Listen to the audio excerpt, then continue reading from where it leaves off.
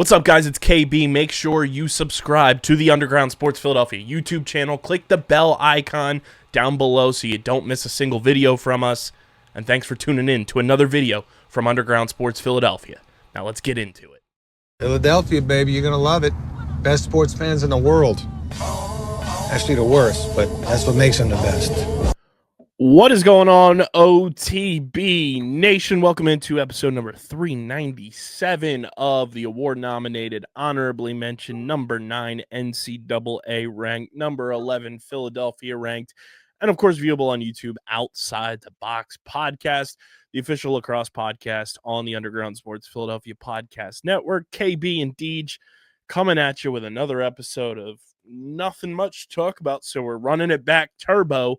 We are going to do... Did you say Turbo? Turbo. The Detroit Turbos. Were they mentioned? No way. You name dropped the Turbos? In the lexicon of Deej, turn us up. Yeah, shout out to the Green Bay Packers. They were never losing the turn us up. They were never losing the turn us up legacy game. The social admin is in the clear. Hey, I might have to go quote tweet that and be like, hey, this needs to be a reoccurring event. It's a nexus point. It's facts. This is the turning point of the season. That's so funny. But we are going to run it back, and we are going to do the revisionist redraft of both the 2020 PLL college draft. But before we do the college draft, we are going to do the revisionist redraft of the 2020 PLL entry draft, which if you're a new lacrosse fan, new to the show, new to the PLL, back in the year 2020, what a time. That was nearly 6 years ago. We're coming up on the anniversary of both of these drafts. The PLL entered their expansion era, and at the time, Major League Lacrosse still existed. So there were players that did not come over to the PLL in 2019, but then decided to come over to the PLL in 2020, and they became a subsection of the player pool that were available to all of the existing teams, and each team got to select 2 players. It was 2 rounds, 14 players, and it's pretty interesting looking at who is on this list and how, I think we said it after we stopped recording last week, 5 of these players were or are currently teammates on the same PLL roster here heading into the 2026 season. So we'll get into that as well. Plus, we'll talk some NLL CBA updates as our good friend Adam Levy tweeted earlier today as we record this on a Saturday night, just because our schedules are still wonky, and when there's no poignant things to talk about, we can kind of be a little flexible here. So once the season hopefully starts, we'll be back on track, but we will talk a little that key CBA, word. that key word. But before we get into everything, make sure you guys are following us on the socials at OTB Lax Pod across the board. I think we are 272 followers away from 2K on Twitter. We're like less than 300 away from 1,000 on Instagram. Let's make that happen sooner rather than later. Follow us on the socials at OTB LaxPod. Follow Deej on Twitter at SCS_NextGreat. Follow Hoots at Hoot Sports Media, which I do apologize to Hoots. I misconstrued the conversation we had in the group chat about the Rob Hellier trade last week. That's what happens when you are running on fumes and you start reading trades are happening when there's no active CBA. So apologies to the boy, but follow Hoots at Hoot Sports Media. You can follow me on Twitter if you so choose at KBIZZL311. Subscribe to the pod, Apple, Spotify, wherever you get your podcasts in audio form. Leave us a 5-star review. Goes a long way for helping the show continue to grow, helps more people find both OTB and all of our shows here at Underground. So keep subscribing on audio, Apple, Spotify, wherever you get your podcasts. And subscribe to both the Underground Sports Philadelphia and Outside the Box podcast YouTube channels. YouTube.com/@Underground Sports Philadelphia is where you get full video episodes of this show every single week, full video episodes of every show on our network, clips, shorts, live streams, original video content. It's all on our YouTube channel. We are trying to get to 1,200 subscribers before me and Harrison both turn 21 on October 29th. So keep subscribing. Let's make that happen. We're at 1,110. You just say turning 21? Yeah, I did. That's been a running bit on the main pod. The same. Hey, hold on, bro. I'm mad it took me that long to catch it. Waiting for you. I heard it, bro, and I was like, turning 21 plus sticks. Yeah, that's what it say. But I'm turning 21. You getting up there. Tell me why my dentist, shout out to the Dental Wellness Center of Vineland. My dentist, I was there on Wednesday, and I was like, yeah, time flies. Like, my birthday's coming up in 2 weeks. He goes, how old are you going to be? And I was like, I'm turning 32. He's like, damn, man, you're getting old. But then he went on to tell me how when he turned 49, his nieces signed him up for AARP early. So he started getting all this like mail and everything. He's like, what the hell is all this shit I'm getting in the mail? And then they paid for him to get a shirt. And he goes, I'm not even 50 yet. I was dying laughing. It was so funny. Hilarious. It was so funny. Oh, I hope my family has that sense of humor later in life. It was so good. Because I mean, as long as they're going to give me some benefits, right? I don't care. Literally. But yeah, subscribe to the Underground Sports Philadelphia YouTube channel and subscribe to the OTB YouTube channel, because once that gets to 100 subs, Deej, Hoots, Jackie Knight starting that OTB college show right for the season to get going. So if you want that to happen, subscribe to the OTB YouTube channel, youtube.com/@OTBLaxPod.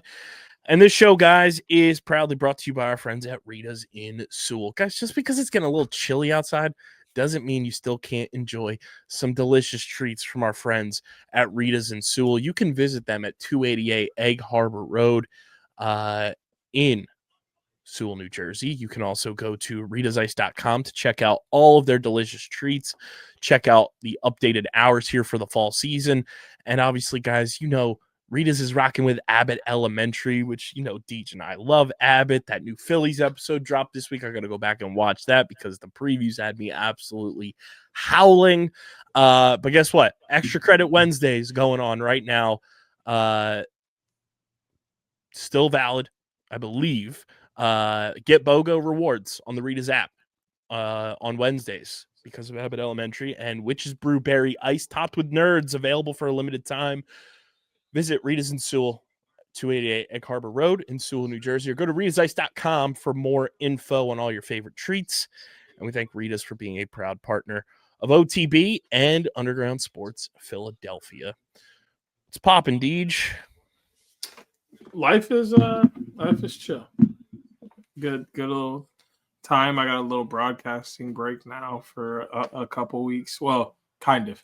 Still have football Friday nights, but some of the intermediate broadcasting I was doing during the week, I have a break from. So got a little break from Lacrosse as well. So a nice little smooth downtime for a little bit. So I'm feeling good. Michigan won earlier today as we record this on a Saturday. The Red Wings are on like a 4-game win streak or something crazy like that.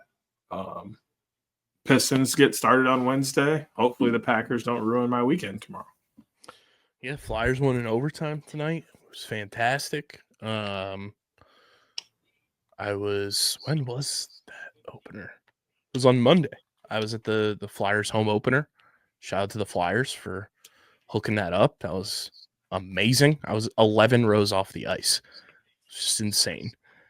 First time the Flyers have ever won while I was at a game in person in my lifetime.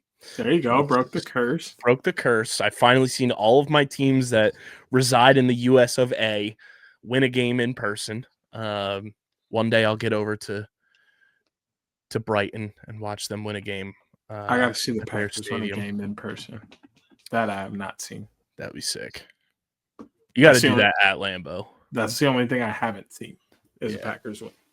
But yeah, finally put that, which is so crazy in the context of games I've been to in my life, because I went to a Sixers game during their 9-win season and witnessed one of the 9 wins in person. I saw one of the 9-win season wins before I saw the Flyers win in person, which is absolutely insane. Yeah. Last year's Pistons game against the Warriors in January was the first time I saw them lose a game in person. Actually, it was a very depressing night.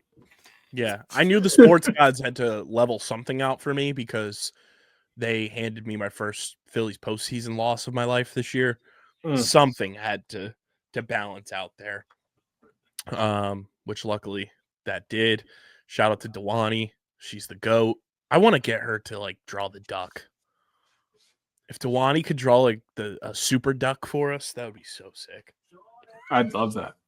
She's the best. Put it on a hoodie, not even just a t-shirt. Pocket tee. Need it on a hoodie. Be so sweet. But yeah, Flyers won in overtime tonight. I'm sweating. A college football bet that I normally don't ever do, but I saw my buddy tweeted about it. Shout out Jimmy from the Q. I was like, I'm gonna ride with you on this, and I am sweating my absolute gourd off right now. As USC just threw an interception. But we got some fun stuff to get into before we get into the Revisionist Redraft Chronicles. Some updates here on the NLL CBA talks. Earlier today, Adam Levy tweeted out the following information. Deej, I don't know if you saw this tweet or not. A few interesting notes from the NLL's counter proposal that the NLLPA members are currently voting on. It's a 5-year agreement with an opt-out option before year 4 or 5, depending on certain broadcasting and marketing figures, or depending on average team revenue growth. Salary cap goes up to $810,000 to $885,000 for the 2029-2030 season. After being franchise tagged 3 seasons in a row by the same team, the salary may rise to $70,000 by agreement. And travel, per diem, missed work, health insurance, and housing reimbursements are not included in the cap. Which, that last part, to me, having read that over and over again, I don't know if that's the case for other sports, but if it is, like, I'm so genuinely like perplexed as to why those like dollar amounts would be fixated into the cap. I feel like that's more like a contract per player situation more than something that would be built into the salary cap. But I'm just ignorant to that information and across all sports, because most of these CBAs are jockeyed up by lawyers and people with bigger brains than me. All of that stuff seems pretty positive, if I had to guess. I don't really see any drawback there in those being counterpoints from the NLL side going back to the NLLPA to kind of like vote on. Your thoughts? I think the only thing that could be an issue is possibly the amount of money. We don't know the number that the NLLPA gave to the owners, or if this is the first number that is being thrown out. And like, we don't even know kind of what number the players have in mind. That's kind of the only thing I could see really being an issue with this specific CBA, or maybe the opt-out options they may not like.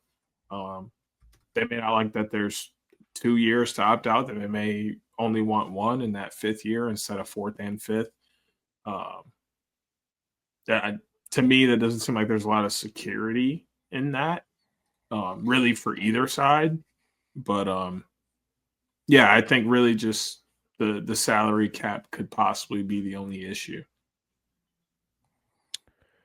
Yeah, I'm curious because, like, obviously we don't really know what the salary cap number is currently or what it was last year per se.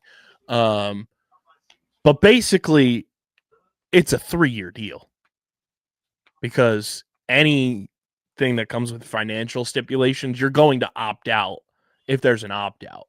Unless something is going swimmingly well, they're going to opt out after that third season. So technically, this is really just a 3-year agreement, which if that's a 3-year agreement,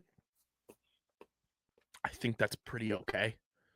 It's not like you're really going to be riding the full 5, I think. Because by the time year 3 rolls around, like, you're going to go from 810,000, and I would assume that's what the salary cap would go up to this year. And for it to only go up 75,000 in a 5-year time window is kind of weird, like you mentioned, but I don't think it even gets there. I think they opt out after year 3 and are like, hey, let's renegotiate this, because if there's not significant growth in 3 years, then what are we doing? Yeah, I mean, like I said, I don't think there's really a lot of security in either side for that, but that's probably in favor of the owners, but at the same time allows a certain level of comfortability for players in that 3 years. Like, they know what they're getting paid, what their job looks like, etc. for 3 years. And they know kind of, okay, the owners are going to pull out unless their pockets are looking like this, so we can prepare and have something ready to go in 3 years, because we're going to be back in this same spot, which is kind of the piece of security in the player's point that doesn't really feel the safest. Because 3 years, to me, 3 years doesn't seem like a good amount of time to sign for. You probably want to be closer to 5 to 10, somewhere in that range, because then it gives you, I just don't think a league like this would go 10 for that. Not necessarily 10, but 5. Because this current one was 4, because they re-upped it for 1 year going into the 21-22 season, and then it expired after this year. So technically 3, but if you want to be on the mark about it, it's more like 3.5, 4. But I do think the length is fine. I just think the number only going up that amount in a 5-year time frame is kind of low. But again, like I said, I don't think they get to that 5-year time frame before they renegotiate, because I think that would be foolish on the Players Association to not renegotiate, because if you're not seeing growth from owners, and the whole story this offseason has been the NLL is trying to find owners that are 110% bought in to their franchises. If that's not the case in 3 years, then what are we doing? Like, you made this whole stink about wanting owners that are 100% bought into the product, bought into the league, this, that, and the third. And that would be my only concern. But again, like I said, I don't see this going the full 5 years without that opt-out after year 3. So that to me is more of the fail-safe for the players. And I do wonder if that opt-out is a mutual opt-out, or if it's like only the players can opt out, the NLL can opt out. Like, I don't know what the opt-out is set up for. I would assume it's a mutual opt-out, where if one entity opts out, then it's null and void, because that's typically how things would go, being that it's a negotiation.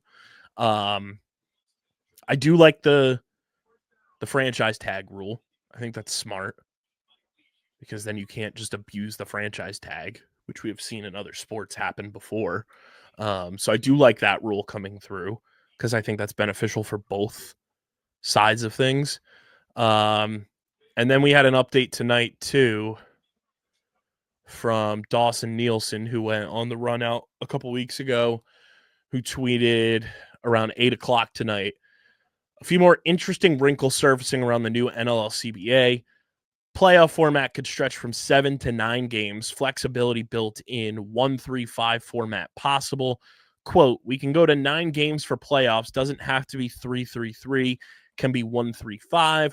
All-star game language appears in the proposal, though not expected this season. Just let it be known, this podcast championed the All-Star game in the NLL coming back, I believe, in 2019.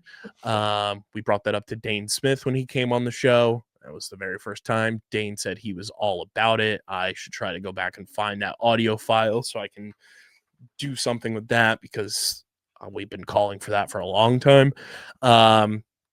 This I also like. This is something I do like here too. Waiver wire system coming for practice players. Teams can't just shuttle guys up and down anymore. I do like that. Now you can't manipulate your roster to just be like, oh yeah, these are my guys. Now there's going to be a waiver wire system for those practice player guys, and you can't just, stash and dash guys for the sake of it. I think that's smart. And Dawson said, as mentioned before, teams will be able to offer sheet restricted free agents, which I like that as well. It's very NFL CBA. The only thing I'm still like iffy on, we were talking about this before we started recording, is the 9 games for the playoffs. I don't know how I feel about it. It's one of those things that for that to be in the CBA is trying to use that as a band-aid for some other things that definitely need help and definitely need fixing. Like that, the playoff format, I feel like, is the least of the issues when it comes to what's being negotiated upon and what needs to be fixed in the NLL moving forward. I just don't see that as a sticking point of something that needs to be negotiated upon at this current juncture.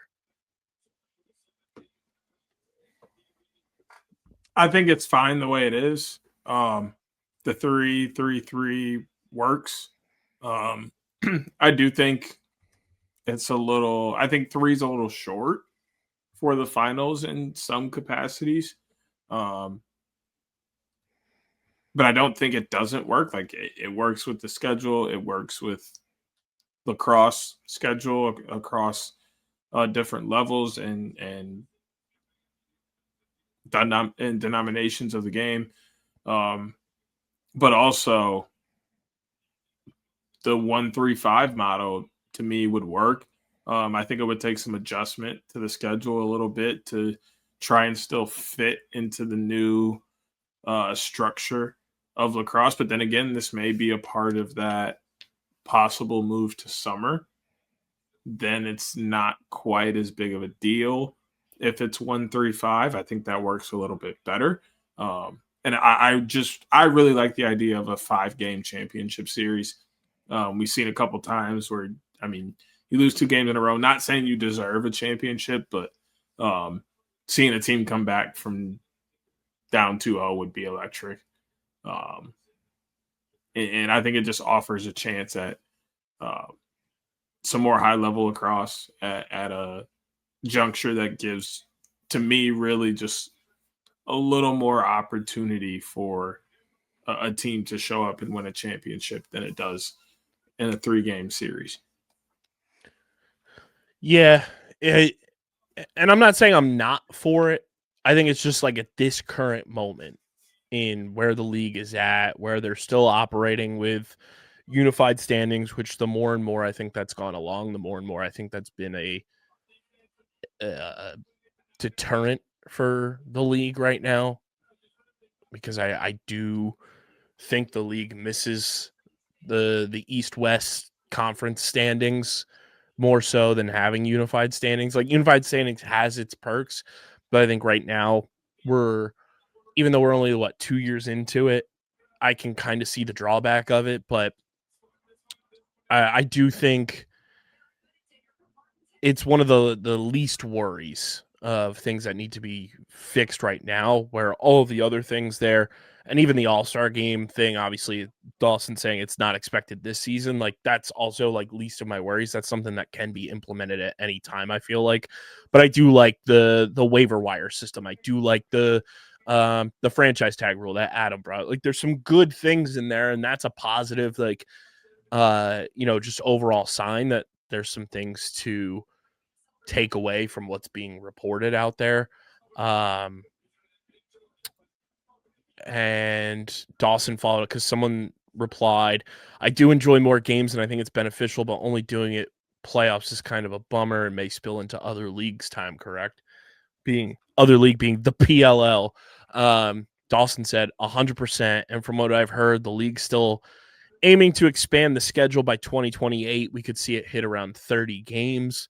That's still on the table in the long-term plan. It's going to be fascinating to see how this all comes to fruition, because on top of that, we all know if you pay attention and you just don't have like selective brain functioning and choose to just see one aspect of the sport of lacrosse, we all know that Brett Frood, Mike, and Paul Rabel are in very good standing, communicate very often. I am going to be intrigued to see how this works out between the three of them, and probably Rachel DeCecco being involved too, if I had to guess, just from a lacrosse ops standpoint. But I don't know. I think it's going to be interesting with how things kind of shake out when it comes to how long the season goes on. Because like you said, and we've talked about it a ton, the way the lacrosse calendar schedule goes right now, where NLL starts in the U.S.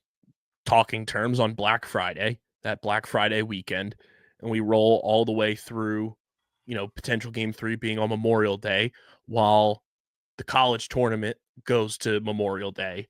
And then that following weekend is the PLL. Like, it's just the perfect storm of lacrosse. Like, this is, opening day for lacrosse. And, this is, it feels like those finite dates where we look at different sports and it's like, oh, this is this sports day. This is this day, like Memorial Day. And, hopefully at one point Labor Day will be like that lacrosse schedule sweet spot for the outdoor game. And then Black Friday to Memorial Day will be the NLL. And hopefully that, continues to be a thing. And even if the NLL is able to move some things around where the schedule ends a little bit earlier, that way it gives guys a little bit of time to rest and recoup that do play in the PLL. That'll be nice for those guys, because we so clearly remember in 2022, Josh Byrne talking about not the burnout per se, but their bodies just needing that rest, because so many guys are playing all year round if they play in the NLL as well. I am going to be fascinated to see how the schedule kind of plays out and how the powers that be work everything out. Yeah, it'll be I don't know. Like I said, I really like the idea of the 5-game series. I don't think the threes don't work. I do think it'll work better in the summer. And like you said, Mike, Paul, Brett, they've been in cahoots and have been talking and working together to make lacrosse at a professional level work for everyone. So if they did adjust the motto, I don't think that Mike and Paul would be kept in the dark, and I don't think it would really affect the PLL, because I think everybody would adjust appropriately so that both sides are happy and feel like they're going to get the best from their product without stepping on the toes of the other. But what I ultimately think it comes down to is, like you said, the players' point is, are the players okay with that? How do they feel about it? And if they get the approval vote from the players, I think it goes through pretty soon. But I legitimately see some possible pushback coming from players. Yeah, and I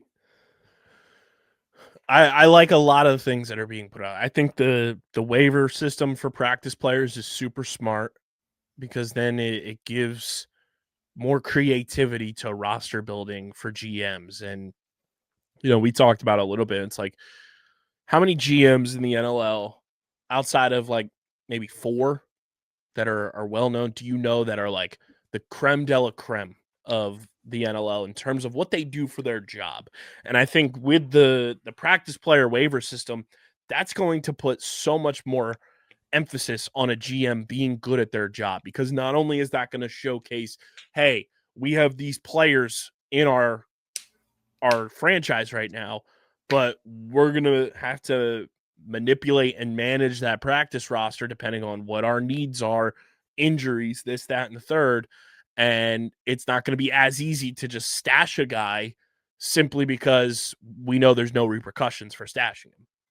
Yeah, I really like that as well. It kind of keeps you honest to who you're having on your team and how you're rotating guys through, and how you're handling guys in their recovery process. And if you slip up on that, then somebody's going to be able to take advantage of that and have a gold mine with an easy signing. We've seen it kind of happen in the PLL a couple of times with a couple teams picking up some key players at multiple points throughout the season, just because teams weren't able to hang on to them, and how that waiver wire process goes. So I'm really excited to see that come to the NLL, and I think it will one, put GMs on their toes and make them work with the rosters a little bit more, but also we'll get to see the expertise of other GMs and the eyes that they have for players, and how they'll be able to manipulate that waiver wire to make their team better. Yeah, it's gonna force GMs to be better at their jobs, much better, and I'm excited for it. Right, and that's all we ask for in any sport. So yeah, hopefully Monday we'll have an answer to all of this, and we'll be talking about an actual NLL season coming to fruition, which will be nice in the very least of terms. It'll be nice to have something to talk about, because we'll have it all at once. We'll have free agency, we'll have signings, we'll have more trades, we'll have this, that, and the third to talk about as we gear up, because guess what? The expected start to the season is about a little over a month away. So it's going to move fast once it gets signed. That's for sure. Yeah, extremely. But our NLL CBA update talk there brought to you by our awesome merch partners at PHI Apparel Company. Guys, you want to stand out in the crowd this hopeful NLL season, whether you're just shooting around in the backyard, gearing up for your field season, and you want to rep your favorite lacrosse players' favorite lacrosse podcast, PHI Apparel Company is the place to do it. With their unique designs for all, there's no doubt in our minds you will stand out in the crowd. Get your official OTB shirts and hoodies at phiapparel.co. And when you go to check out, use code underground and you'll get 10% off your next merch order from our awesome merch partners at PHI Apparel Company. So again, go to phiapparel.co and use code underground at checkout to get 10% off your next merch order, and stand out in the crowd with the official merch partner of the Outside the Box podcast and Underground Sports Philadelphia. Here we go, Deej. Let's strap in, everybody. Let's gear up as we take our talents back to the past. And we do a little revisionist redrafting here of the 2020 entry and college drafts. We will start with the entry draft because that's how they fell sequentially. And quite frankly, I think the way we draft this entry draft will determine a lot about our way we go about the college draft. So there are 14 players available in this entry draft. The order remains the same. It's not a snake draft order like the initial college draft was in 2019. So the order, for everybody listening and watching at home, is Water Dogs, Chrome, Atlas, Archers, Whip Snakes, Redwoods, Chaos. And that remains the same for both rounds. And I believe that order was determined by win-loss record in the 2019 season, and the Water Dogs getting the first pick simply because they were the expansion team. So, Deej, we will start with you, my friend, as we gear up for this 2020 PLL entry draft, revisionist redraft. Who do you have Water Dogs Lacrosse Club taking as their first pick in this entry draft? I think they remain with the pick that they took, and they take Zach Currier. Yeah, I'm right there with you. I mean, it's a big no-brainer for me right there. You look at Zach Currier, the type of player that he is, and the fact that he is still on that roster. You know, a lot of guys could up and go. Obviously, the Water Dogs had a coaching change later on past 2020, and, you know, you could have seen Zach Currier leave, but he's still on this team. He's a de facto captain, you know, even if he's not necessarily wearing the C. He's a guy that a lot of players in that locker room respect and want to play with. Zach Currier's a no-brainer pick, I think, there, no matter who you are, no matter what team it was, but the Water Dogs taking Zach Currier makes a whole lot of sense, which brings us to Chrome, who in this draft, they took Jesse Bernhardt, who technically still part of the team, being that Chrome became the Outlaws. Are you sticking with JB with Chrome?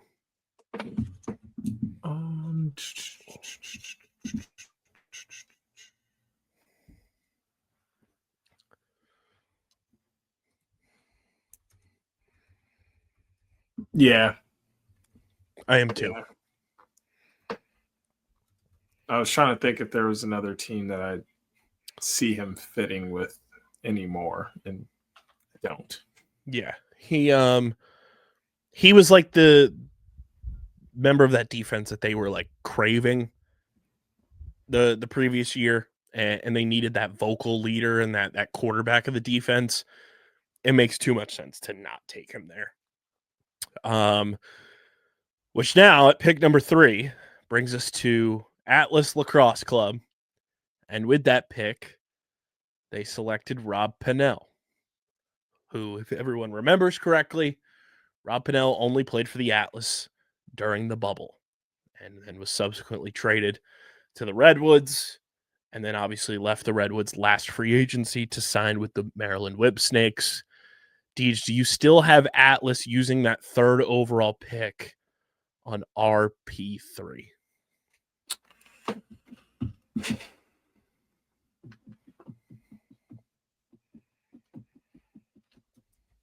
No. Neither do I. I think that takes Ed Williams. Same. I have them taking Zed as well. Knowing what we know now, I think Zed Williams with Paul Rabel would have been a sight to behold and would have been a lot of fun in that bubble season. But yeah, I have them taking Zed Williams as well, which takes us to the Archers, to which they took Eli Gobrecht. Yes, if you remember correctly, Eli Gobrecht was a member of the Archers for 1 season.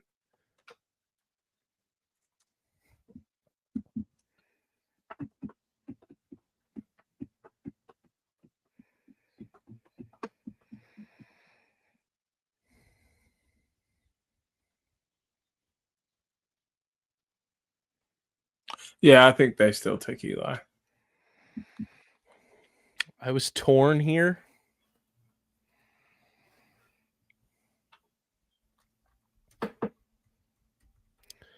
And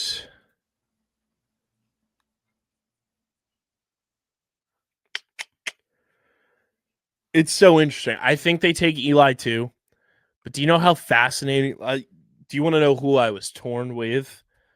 But like, kind of remembering the way that the Archers were operating then, I don't think they would have gone this route. But could you imagine if they took Dylan Ward instead of Eli? Because they had Drew Adams at the end of his career, and obviously Adam Gittleman was their starter at the time, because this was Dauber wasn't drafted until what, 22, 23, 22? 22. So imagine you took Dylan Ward and then drafted Brett Dobson, and you have Dauber's like idol of who he's like modeled his game after and grew up watching on the same team. Interesting. That would have been... It's an interesting pick. It's a whole domino effect too, because then if Dylan Ward's not on the Chaos, he doesn't get traded to the Water Dogs from Chaos potentially, and that Yeah, split the whole domino effect of Wes Berg not going to the Water Dogs or not going to Chaos, and then a whole bunch of, never for lack making of a it better back to term, the Redwoods. chaos happening. But yeah, I'm gonna go with Eli by a slight margin, which takes us to the Whipsnakes, who initially drafted Zed Williams.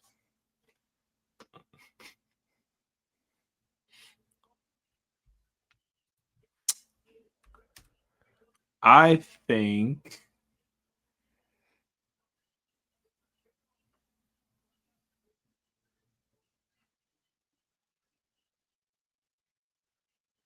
they end up taking Rob because he's there. Okay. I am going a different route. I think the Whipsnakes take Rylan Reese here because this was pre-Colin Squires. They obviously still had Michael Earhart at pretty much the peak of his powers. But imagine pairing him with Rylan Reese and those two together with Nards at the stripe, with how the face-off was kind of going in 2020 as compared to what it is now. This is pre-32-second shot clock. This is pre-putting, guys like Patra and, those type of two-way midfielders on the wings there at the face-off. Having Rylan Reese and Earhart to go and scoop up ground balls for Nards would have been something lethal. So I'm going to go Rylan Reese there because that would be a lot of fun. Which takes us to the Redwoods, who initially in this draft took Finn Sullivan. I think they take Rylan Reese. Seeing how well he fit in with that defense this year. Granted, it wasn't quite the defense he would have been playing with in 2020, but I don't think it's too different. The only thing that's really different, in my opinion, is having Glaze there, which I think Rylan would have been even better with Glaze, running that defense. So I think they really would end up liking his fit there. Yeah, because that was really that was Glaze, Epple, and the third was really a rotator. Yeah, because that was pre-Arden Cohen. Yeah. Landis had left. They had what was his face before Finn? God, I can see him. I'm pulling up their roster right now from 2020. Because they had lost Carolinus to the Water Dogs in the expansion draft.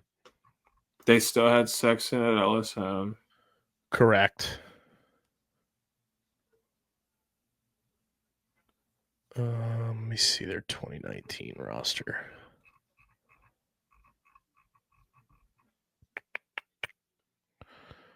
Who was it? Does this website have it? Yes. They had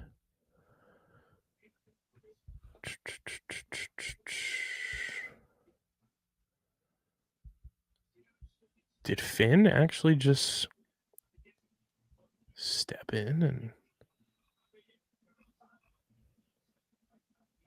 pretty much play? Because Ocello did not go to Larkin Kemp. But did he go to the bubble? Did Larkin go to the bubble? I forget. That's a good question. Because remember, it was like a modified roster too of who everyone brought. I forget if Larkin went to the bubble. That's on me, Larkin. Kempin ain't easy. But yeah, I remember Finn stepping in and playing prominent minutes for the Redwoods for sure. But yeah, Rylan Reese, good pick there. I'm going Rob Pannell. I think he just gets there a season earlier. And I wonder if that changes anything. Just being in the locker room a season earlier and kind of figuring out his, fit with the team a year earlier, even though it's the bubble. But then you kind of get him acclimated and he's not learning a new system again for the third time in 3 years, coming from the MLL style of the game to what was a very bad Atlas Lacrosse Club roster in the 2020 bubble to then going to the Redwoods and figuring some things out there as their roster was reshuffling too. So I think Rob ends up going to the Redwoods with the 6th pick there, which takes us to pick 7. And Chaos take Dylan Ward initially in this spot. I think I still have them taking Dylan Ward because I don't believe there were any super high caliber goalies in that 2020 class, and they needed a backup behind Blaze. Yeah, there was only one goalie that was taken in the college draft, which we'll get to. Friend of the program, just like Dylan Ward is. And Dylan was the only goalie in this particular draft. So it was like, let's go and get somebody that, and you look back on it, Andy Towers, like, let's have an elite backup to Blaze Reardon, who is essentially another starter in what this format of the bubble is going to be. And then, worst comes to worst, we have a massive trade chip to a team that ends up needing a goalie down the line, which is obviously what ended up happening. So yeah, I'm also going Dylan Ward there as well. Which brings us to... And to think you wanted to give him away. Round 2. I almost did. It would have been interesting. Which brings us to round 2. Same order. So it is the Water Dogs. They initially took Ryland Reese with this pick, which you and I both have off the board already. So we have to find new spots here for the Dogs. I think they take Craig Chick. Okay. Damn, I would have loved that for them then. Just remembering that defense and remembering what they needed. I like that. Man. I want to go contrarian to you just because I want our things to look different, but Craig Chick is literally the best player on the board and a position of need for the Water Dogs at this point. So I am going Craig Chick as well, which brings us to Chrome, who took Donnie Moss with their pick in this one.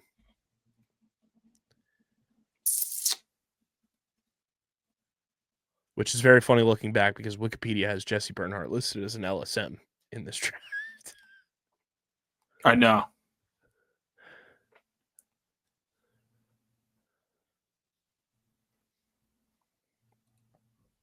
I think they stay with Donnie Moss. Okay. I think they take Finn Sullivan here.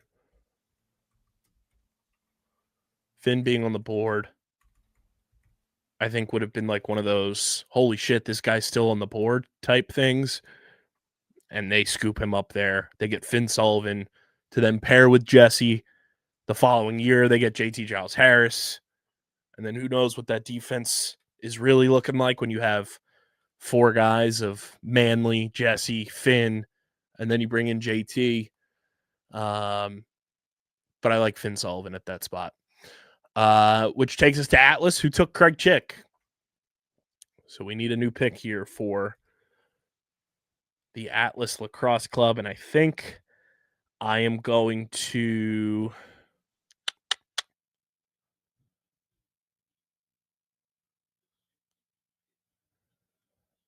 I'm going to flip-flop and put Donnie Moss here and kind of supplement Craig Chick being off the board, Finn Sullivan being off the board. I'm going to go Donnie Moss for Atlas, which means you need a new pick for the Atlas here.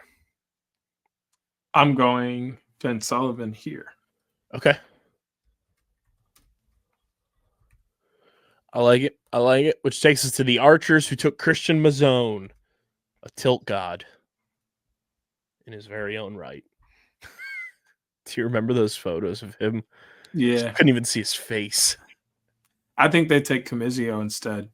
I think he fits their offensive style a little bit more than Mazzone does. TJ Camizio. I think they still stick with Christian Mazzone here. Bates really liked him, if I'm like remembering correctly, because he did stick around for like another year with them, if I'm remembering correctly. I think so. I'm gonna pull that up just to make sure I'm not hallucinating. But I do remember Christian Mazzone like being one of those like on-off roster guys. And I know he played for a couple of different teams. So he was with the Archers, and then he ended up with the Water Dogs. And then I think he was with the Atlas in like training camp at one point because his profile picture on the PLL website is him in an Atlas jersey. But I'm going to keep him with the Archers. You have TJ Camizio going there, which takes us to the Whip Snakes, who initially took TJ Camizio. I think they just flip flop and the Whip Snakes take Mazzone. I'm going to keep them. Who I believe played for them at one point, if I'm not crazy. Just the Archers and Water Dogs. Okay, then yes. But TJ came back this year. That may be what you're remembering, because TJ got re-signed by the Whip Snakes this year. I keep TJ with the Whip Snakes in this spot. I think Staggs just likes the player that he is, so I think he stays there, which takes us to the Redwoods, who took Greg Piskuljan, the face-off athlete. I think this remains. I think they take him as well because I think they needed one at the time. Yeah. I don't believe there was there was one face-off guy taken in the college draft. By the Redwoods. No. Not by the Redwoods. No. And this guy wouldn't have fit. Oh, yeah. He was by the Redwoods. Yeah. And he got cut because he didn't fit their style at all. Well, they like went like a 2-man game, and both of them were not good at all.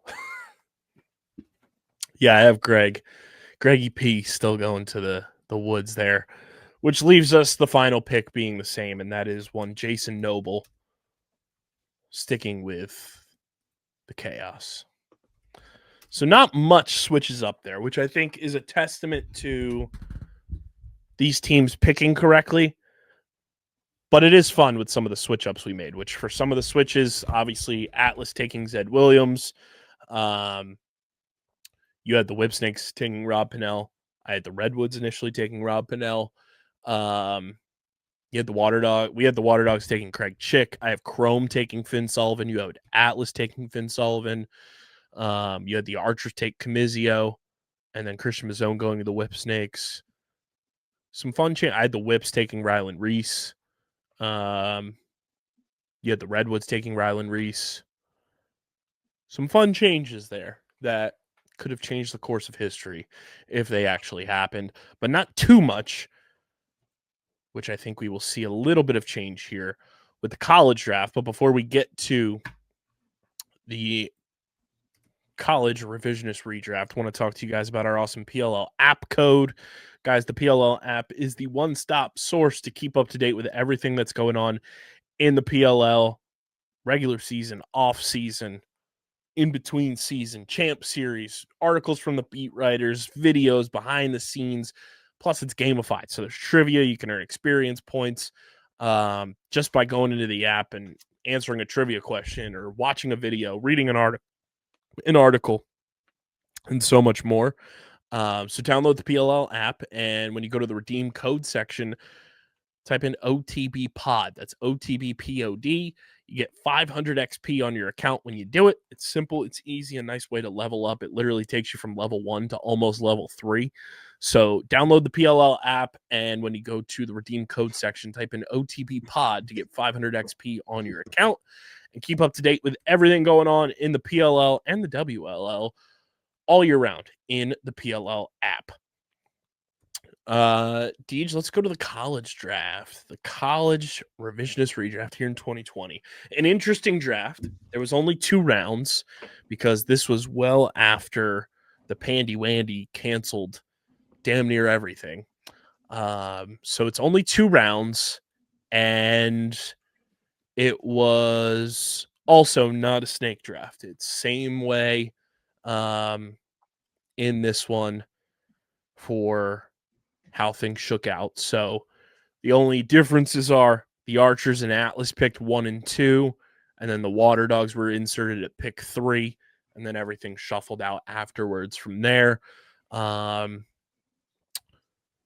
we will go through the college draft, which starts with Chris Bates and the Archers taking a PLL superstar in his own right.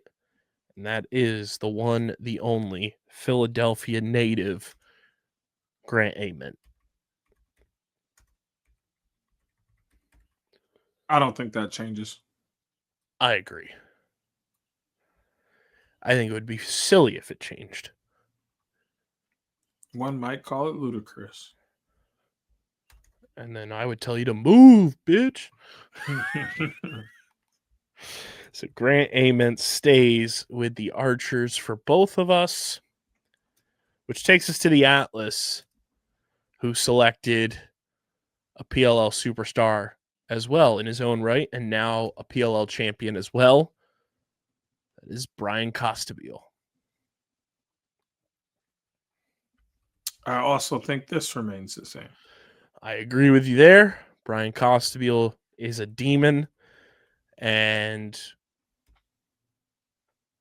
for a long time it was like, damn, just those 2 guys were like the slam dunk picks.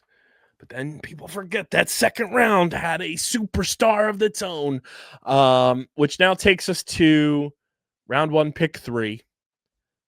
And the Water Dogs' first collegiate draft pick in team history was an attackman from Virginia, Michael Kraus, who did end up playing 1 game for the team just a year later, but did not play for the Water Dogs in 2020 because he chose to play in the MLL instead. I think they take Matt Gaudette instead. Interesting. I think he would have fit well with the attack unit that they had at the time. Would have been a nice inside shooter, which they did eventually go get with Wes Berg. I think maybe he plays a tad bit longer with the Water Dogs than he did with Chaos. I think there might have actually been a little bit more of a spot for him. I really think he fell victim to the Chaotic Bandits and how good they were together. Well, let's not forget, he was also traded immediately from Chaos to Chrome. So he never ended up playing for Chaos either. Once again, the Water Dogs are still a better spot. For sure. than Chrome even. So yeah, I think I would have Gaudette going here. I have the Water Dogs taking a Matt as well, but he gets bumped up a whole round earlier. Matt DeLuca is the pick. Plain and simple. You had Charlie Cipriano on this roster. You really didn't have a backup goalie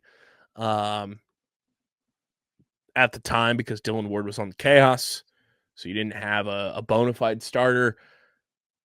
It was a position of need, and knowing what you know now about Matt DeLuca, he's become a cornerstone of the franchise since he's been drafted. And I think Andy Copeland goes and drafts him with the 3rd pick there and solidifies the goalie position and kind of gives a bump to his approach to the goaltending and his coaching staff and says, hey, here's our starter.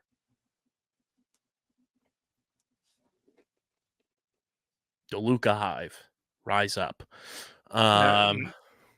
Ooh, DeLuca.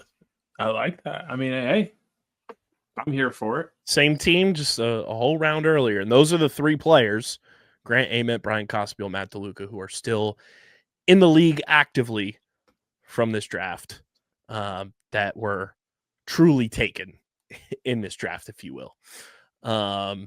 Which takes us to Chrome, Deej. And with this pick, they drafted defenseman Tom Rigney from Army, who did not play for the Chrome as he went to go play in the MLL instead. And I don't even know if he played in the MLL. I forget if he did because of military obligations. I think they just go around earlier and get resetty. Okay.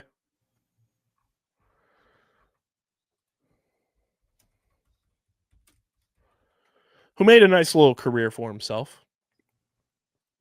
Yes, he did. Yeah, I forget if Tom Rigney ever played. He might have played in the MLL bubble. I am going to say Chrome here. Instead of trading for him, they take Matt Gaudette. They just get him off the rip. Don't have to do any player swaps or anything. And Matt Gaudette is a member of Chrome Lacrosse Club from the beginning. Which brings us to the Chaos, who took Matt Gaudette, who is off of both of our boards.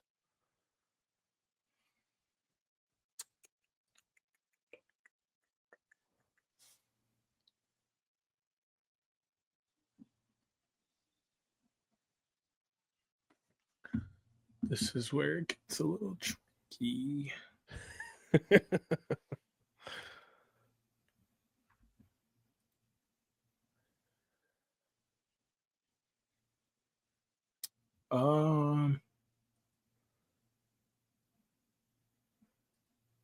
I'll take Krause here.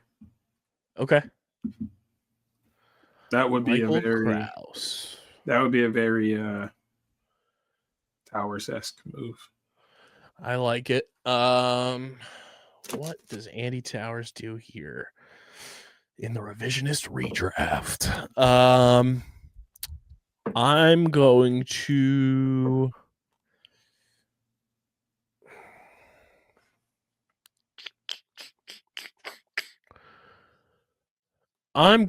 have Andy Towers take. I'll have him take Tom Rigney here. He loves his military academy defenseman, whether it be Johnny Surdick,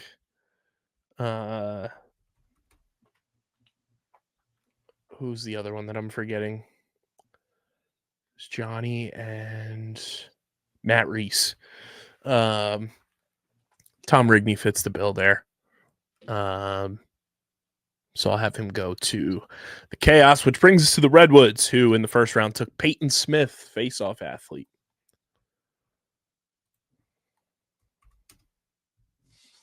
I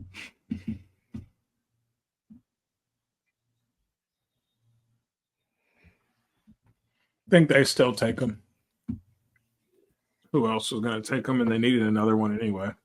Yeah.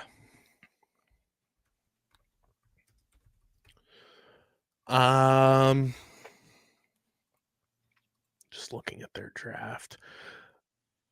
Who did I have them take in the entry draft? Rob and Pasculchin. I'm going to have their second round pick get bumped up and they take Chris Price in the first round. Because, like you said, yes, they needed one, but who else really needed a guy that badly? And I think the Woods, in my case, obviously you had them take Ryland Reese, so that supplemented a little bit there. They still needed defense, especially now because neither of us had Finn Sullivan going to the Redwoods. So I think they take Chris Price, who I think ended up being like one of the better defensemen in this draft. So I'll go Price there, which takes us to the Whips, who took Sean New, who I don't think ever played a game in the PLL. Not that I can recall. Because he was not in the bubble, and then I think he was released the following season. I don't think either of the Whipsnakes picks ever played in the PLL. That's funny. That would be pretty on brand, huh? That's so funny. I'm going to have them take. I'm going to have them take Reese Eddy. I haven't had him drafted yet, right? Nope. I'm going to have Reese Eddy go to the Whips. Best available player. He's kind of a Swiss Army knife, too. Can kind of play LSM. He can play defense if you need him to. He's kind of like an Eli Gobrecht in a way. I'm going to have Reese Eddy go to the Whips. Who do you got the Whips taking in round 1?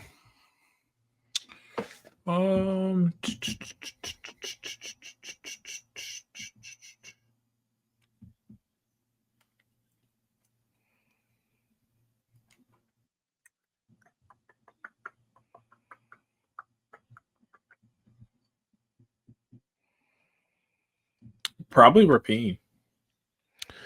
Jack Rapine. Rapine. I was going back and forth between him and Reese Eddy. I wasn't sure who I was going to go with, but I don't hate that at all. Which brings us to round 2. And the Water Dogs had the first pick in this round. And this is where they went with Matt DeLuca. So I have to switch some things up here. I would assume, as a card-carrying member of Matt DeLuca Nation, you're going to have the Water Dogs take Matt DeLuca here. Yes, I am. There's no question about it. They needed a goalie a backup goalie. They had a weird goalie situation at the moment. So I remember who their second goalie was. It was Cipriano, and I don't even remember if they even had another one at the time. Right. Who was the it was Sip and yeah, they didn't take another one in the expansion draft. So it was Charlie Cipriano or bust. Golly. So yes, you have Matt DeLuca going there, and I stood corrected to a degree. So things did flip flop in the second round, just a smidge. Like I mentioned, the Water Dogs had the first pick in the second round. Chrome had the second pick, and then it went Atlas, Archers, Chaos, Redwoods, Whipsnakes. For me, the Water Dogs here are interesting because I had them take DeLuca already, and they went with Michael Krause, who I still have on my board, which is nice. Little flexibility there.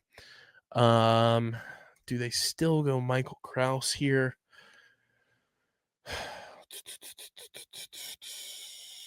You know what? It might sound crazy, but knowing Cope, how we know him now, I think he is somebody that he got DeLuca there. You know Krause isn't playing for you.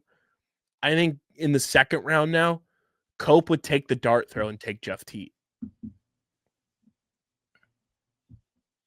Knowing that he might also not play?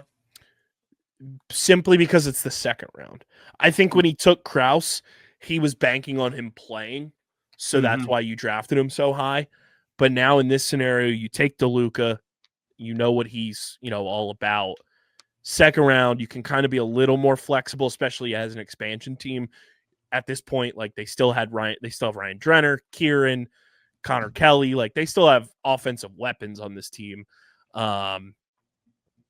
So I think he's a little more comfortable taking that opportunity to take Jeff Teat, and you never know what happens there, depending on, with Teat and everything, what team he gets picked by maybe determines his decision one way or another to go back to Cornell or not. But I think Cope is one of those guys that just looks for the best available player, and Jeff Teat simply that. So I think Cope takes a dart throw here in my draft and takes Jeff Teat with the first pick in the second round. Which brings us to Chrome, who at the time took Reese Eddy, who is off of both of our boards.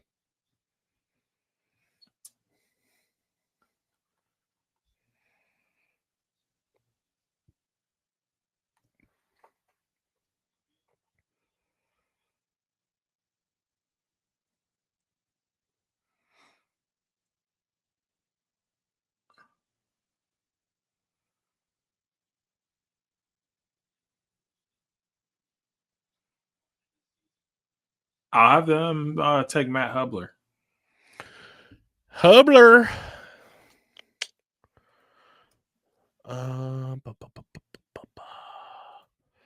Matt Hubler. What a draft bump for him. I know, From right? Mr. Irrelevant all the way up to pick 2 in the second round. I am going to have Chrome here take Michael Krause. No. I'm going to have them take... Do I still have people from this side? Yeah.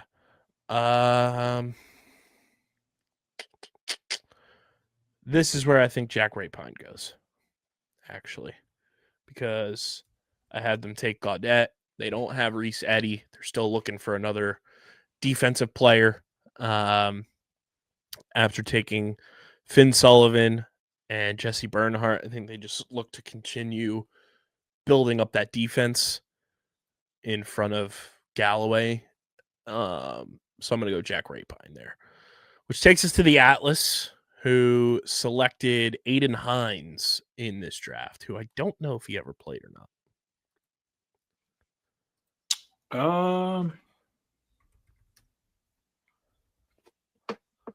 He doesn't even have a headshot.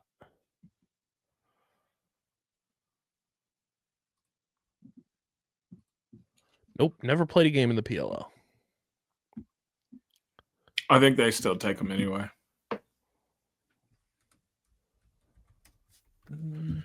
Yeah, I'm gonna go Aiden Hines there because this was year 1 of Rubior. I believe so. When did Ben Rubior get hired? I can't remember if.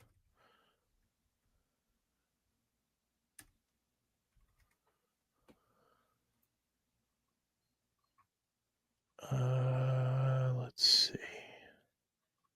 Yes, that was year 1 for him. Can I give a hot take out there too while we're doing this? Going back, Ben Rubior was ahead of his time in the PLL. I think he's a coach that if he was getting ready to coach now, he'd excel wildly in the PLL. Okay. And not that Mike Pressler hasn't done a great job, obviously winning a championship, but we don't give enough credit for Rubior like laying the foundation for Pressler to like build it up.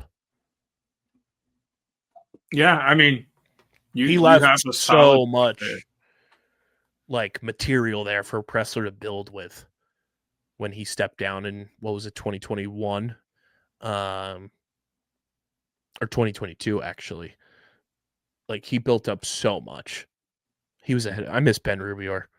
Ben Rubior, if you're listening, can you come on the show? We had some good times with Ben Rubior, man. Yeah, I mean, Rubes was funny in pressers. I was very fond of talking to Rubior. Yeah, he was fun. I just don't know. It was so hard picking his brain sometimes because it Remember the substitution bit I started? Just sometimes it felt like he didn't know either. Which is okay. Because he was just so smart. Let me tell you, half the time I don't know. Anyway. God, what a character. What a character. Fucking Ben Rubior. What a guy. That brings us to the Archers, Deej, and they took Jack Rapine in this spot. You still have some heavy hitters available.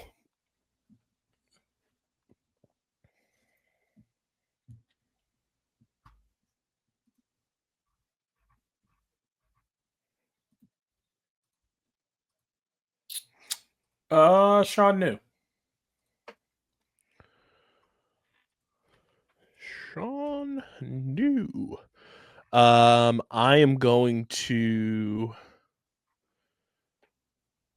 You still have a big heavy hitter available. Actually, two. I am going to.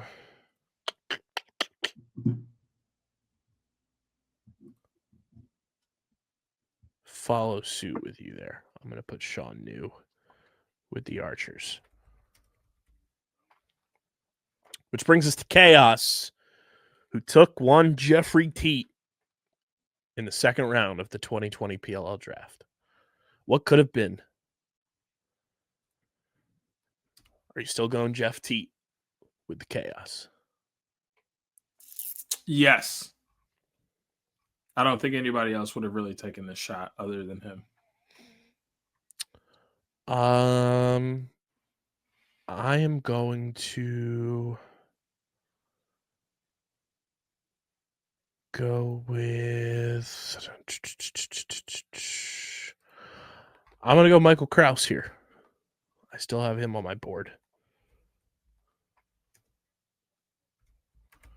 I'm going to go Krause to Chaos. Chaos Krause, which I forget if he was ever part of the Hospital Chaos.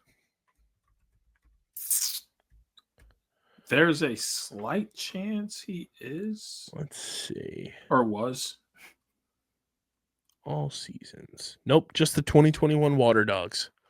In 4 games.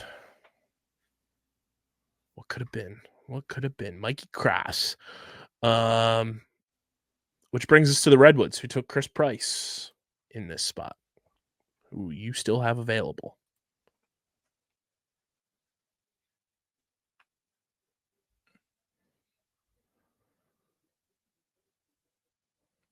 Chris Price was the guy that we were thinking of when we were going through with Finn Sullivan, though. He was the 4th defenseman. They'd probably still take him then, because it seemed like Nat picked guys that nobody else wanted. I love you, Nat. Chris Price was decent. Don't get me wrong. All right. How many seasons did he end up playing? I didn't say these dudes weren't decent. No, I'm just trying to remember on my own. Like, he was decent, right? Define decent. I don't know. He was only on that roster in 2020, according to the PLL website. And didn't play a game. Wow. I totally misremembered that. Which brings us to the Whipsnakes, who took Matt Hubler in this spot. Well, I got a pick for the Redwoods, actually. Who do I still have left? I have Hubler and Sean New. No, I had him get taken. Who do I still have left? Grant, Brian Costabile, Krause, Rigney, Gaudette. Oh, this is where the Redwoods take Peyton Smith for me. I just flip-flopped their picks. Which brings us to the Whipsnakes, which for me is still Matt Hubler, Matt Hubler, Bueller, which I think for you leaves. Who does that leave you? Because you have Hubler off the board. Hines. Sean New. Thomas Rigney. Tom Rigney is your Mr. Irrelevant. Who else would it be? So your revisionist redraft for the college draft: Grant Ament, Brian Costabile, Matt Gaudette to the Water Dogs, Reese Eddy to Chrome around earlier, Michael Krause to Chaos, Peyton Smith to the Redwoods, still in the same spot, and Jack Rapine to the Whip Snakes in round 1. And obviously Grant Ament, Brian Costabile still with their teams they're on now. Then in the second round, Matt DeLuca to the Water Dogs, Matt Hubler, Chrome, Aiden Hines to Atlas, Sean New to the Archers, Jeff Teat to Chaos, Chris Price to the Redwoods, and Tom Rigney to the Whips. And for me, it's Grant Ament, Brian Costabile, Matt DeLuca to the Water Dogs. Then we've got Matt Gaudette to Chrome, Tom Rigney to Chaos. That's my Andy Towers drafting stash there. Chris Price goes to the Redwoods a round earlier. Reese Eddy goes to the first round to the Whip Snakes. Jeff Teat to the Water Dogs. Jack Rapine to the Chrome. Aiden Hines to Atlas. Sean New to the Archers. Michael Kraus to Chaos. Peyton Smith. And then Matt Hubler. Not too bad. Imagine if Jeff Teat and Michael Sowers were on the same team. Hot fucking damn. That would be wild, actually. Because imagine, like, well, honestly, it may not happen because I don't know that happens. Because if Teat's not in that draft, Sowers probably goes 1 to the Atlas. I mean, that and who says that the Water Dogs are in a position to draft him? You know, like Teat comes in and plays, and I don't know that the Water Dogs are last place. And who's to say Teat in the bubble still plays in this spot? You know, why wouldn't he? Well, he didn't play for Chaos. I'm saying it's the same situation. Yeah. If he ends up not playing, goes back to Cornell, doesn't play, and then he still remains the number 1 pick. Yeah. Yeah, but we don't know who he goes to, so we don't know what his career starts to play out like. Because with our revised rosters, the season that shortened bubble season could play out differently. For sure. Which means when we do 2021, Jeff Teat is back in play. Michael Sowers is in play. JT Giles Harris is in play. TD, Jared Connors, Mac O'Keefe, Connor Curse. That's when it's going to get fun. Big Docs, Jake Caraway, Danny Logan, Terry. Put it in reverse, Terry. Trey LeClaire. How is this draft not considered the best of all time? Because it gets stinky as it. Yeah, I know. Not really. Third round, Jeff Trainer, JB10, Justin Anderson, Colin Squires, Charlie Bertrand. Fourth round, Ethan Walker, Ryan Smith, Nick Grill, Jackson Morrill. Ryan Smith and Jackson Morrill are the first 2 names that aren't contributing. Still. Correct. Out of this draft. Steven Reifus was drafted that year. That's another guy. 3. Very similar. I miss Reifus. Do you remember my Reifus, like, crazy stand? Vaguely. I just, like, loved Steven Reifus. He was like Gleason to me, where, like, he just didn't get a fair shot on the right team. For, like, 4 months when he was on Cannons, I was just, like, the biggest Steven Reifus fan. So good, man. That was a time. Man. This draft was good. Yeah, it was. Jack Keelty was in the second round of this draft. We're going to have fun with that draft. Tanner Cook. Ryan Tierney. That's a good draft. Because out of what? There's 7 in that times 4. There's 8 because the Cannons are in this one. Oh. So, excuse me, 32. So we're at 32. And so far, we've only said 5 names that are not still contributing to their teams. Yeah, and like I haven't named all the picks, obviously, but like the first round, like every guy is still active. May not be on that same team, but they're still active. Round 2, 1, 2, 3, 4. 4 of the 8 are still active, and 1 played for a long time and retired. Not a long time, but a good amount of time. And Jake Caraway. Round 3, 1, 2, 3, 4, 5 in the third round are still playing. And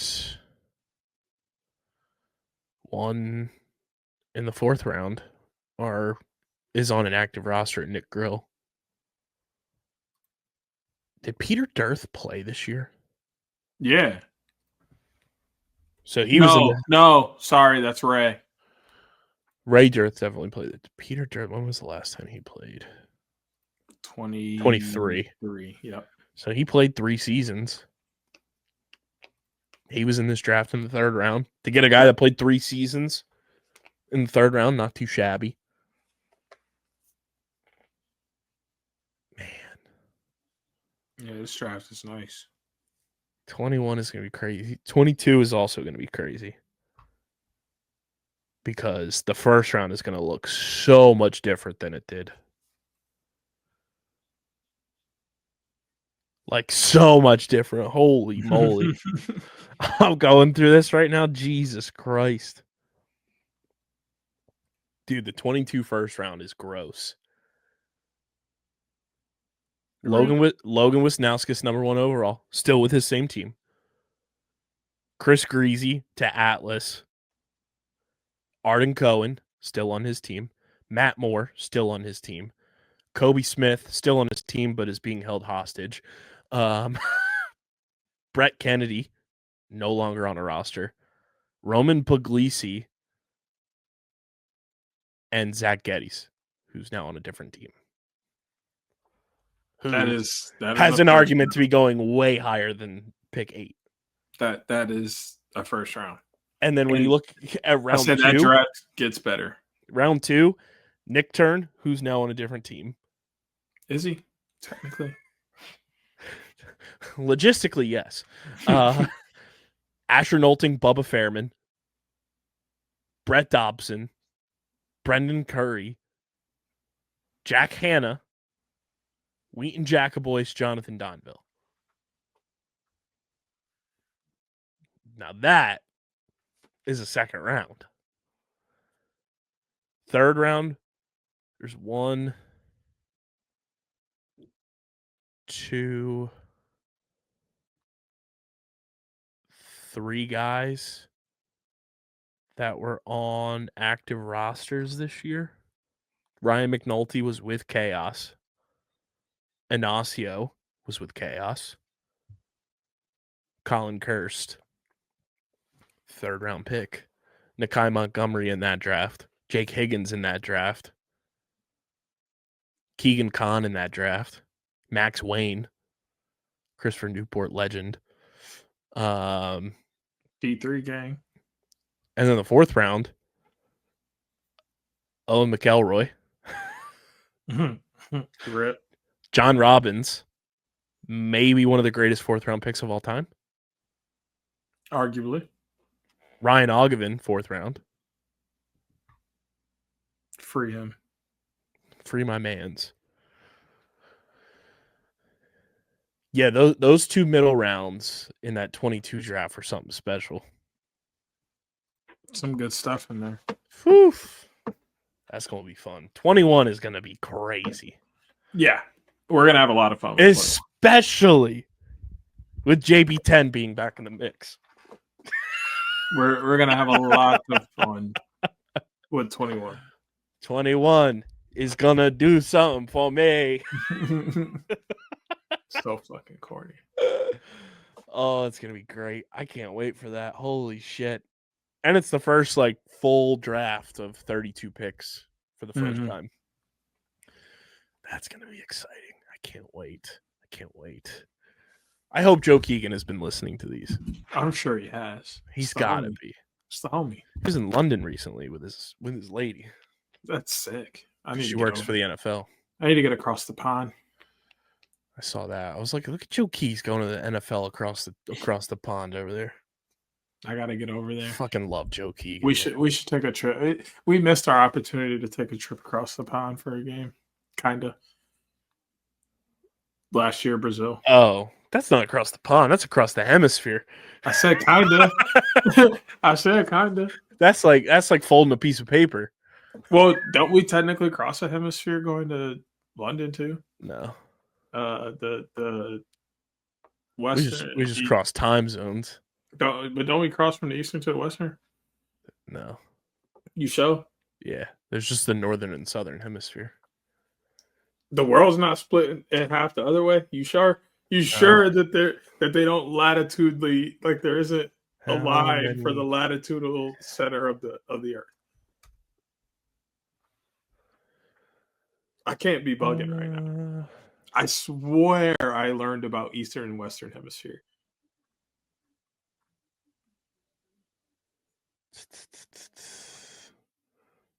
So the Eastern Hemisphere is nothing that would affect us, though.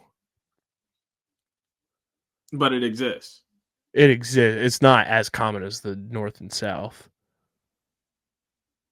Because the Eastern Hemisphere... I just had to make sure I was not tripping about learning the Eastern and Western Hemisphere. The Eastern Hemisphere is most of Africa, Europe, Asia, and Australia, as well as the Indian and Western Pacific Oceans. Right, so we cross from the west into the east. So that is still crossing a whole hemisphere. But the way that it is, I don't think we would cross it with how things are split. I don't know. This is too much brain work for where we are in life right now. It doesn't make sense. No, it doesn't. It doesn't. Why is the world built like a cootie catcher? Pick a number. 1, 2, 3, 4. Pick a color. Pick a color. YELLOW. Pick another number. 7. 1, 2, 3, 4, 5, 6, 7. Fold it up. Oh, you're a loser. We need to bring cootie catchers back. I'm down for that. Dude, imagine we go around a PLL weekend with a cootie catcher.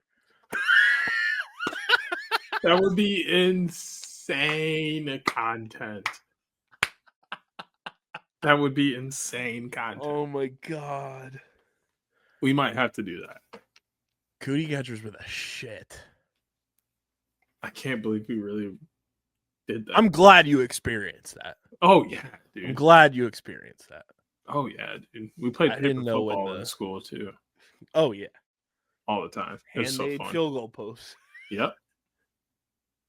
You do the moving goalposts like it was fucking. Oh y'all some assholes. Oh yeah.